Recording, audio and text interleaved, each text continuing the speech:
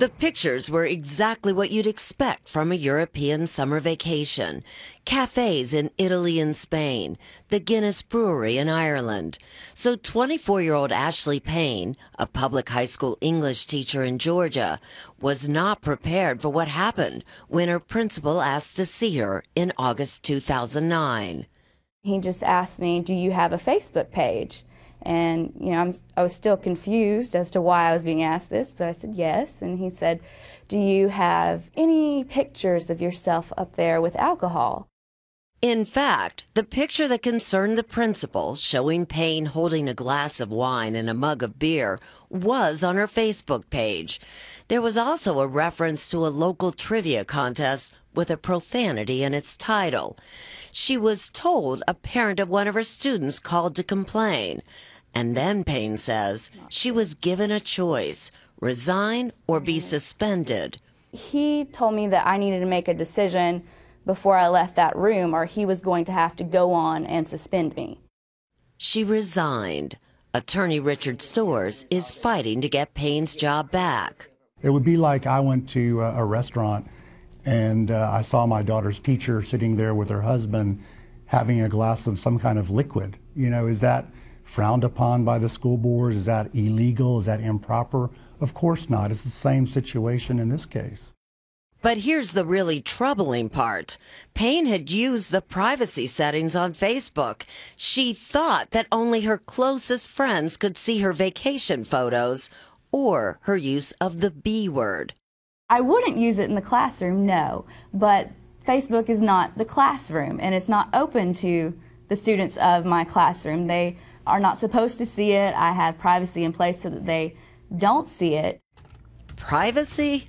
What Ashley Payne or any one of us who uses the internet has to realize is this.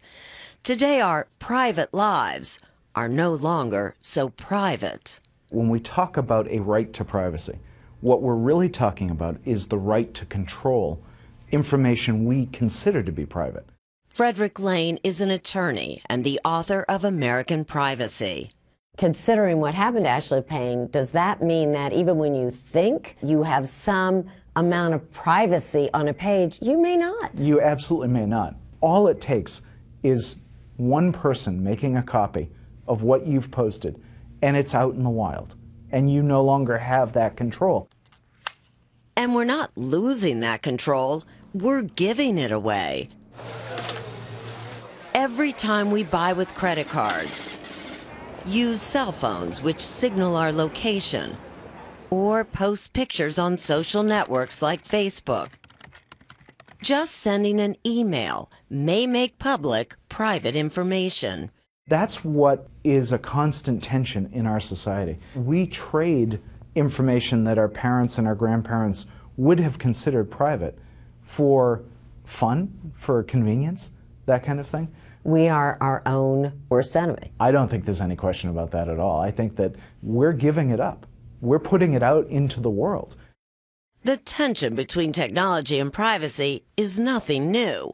In the late 19th century, there was an outcry over a seemingly harmless invention, the first Kodak camera, and the birth of snapshot photography. For the first time, people were sneaking around taking photos of other people without their permission. It sparked this, an 1890 Harvard Law Review article in which the future Supreme Court Justice, Louis Brandeis, and attorney Samuel Warren warned against an ongoing loss of privacy. Today, one of the fastest growing businesses on the internet is something called data mining.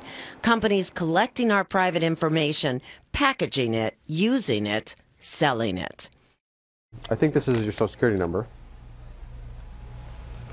Yes, it is. Michael Furtick, a Harvard Law School grad who runs a company called Reputation.com, came up with information I thought was private. I was wrong. He also revealed what he called my online reputation, based mainly on where I happen to live. Our query is pretty confident that you're a Catholic, and also we're pretty confident that you donate a lot to charitable causes. But that may not be correct. That may not be correct. And then there's something that could cause a real headache down the road. There's an Aaron F. Moriarty who grew up just a few miles from where you did, who has been convicted of serving alcohol to minors. And it would be very easy for a machine to confuse you and that person and to think that you are a convicted criminal. I mean, the reality is that most people don't even look past page 1. Furtick's company helps people track down and correct misinformation, but most of us will never even know it's there. The dossier on each of us that is easily aggregated digitally is now probably, let's say, call it 10 pages. 4 years ago it was 2 pages.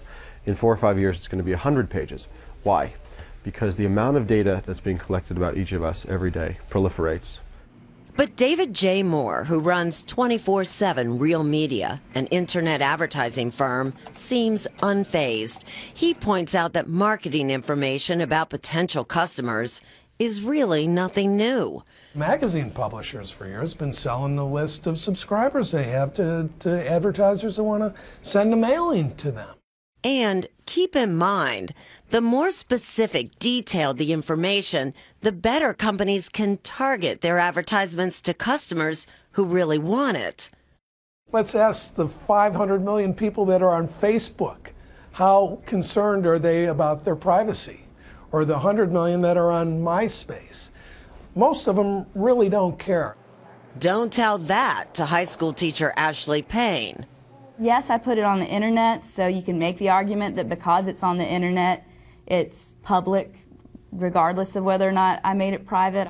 But it sort of feels like the same thing as if I'd had those pictures in a shoebox in my house and someone came in and took them and showed one of those pictures to my principal.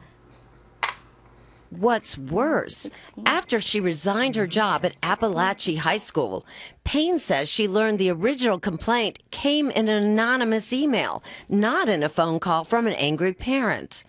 No parent has ever claimed it. There's never been any other complaints against me at the school from teachers, students, or parents.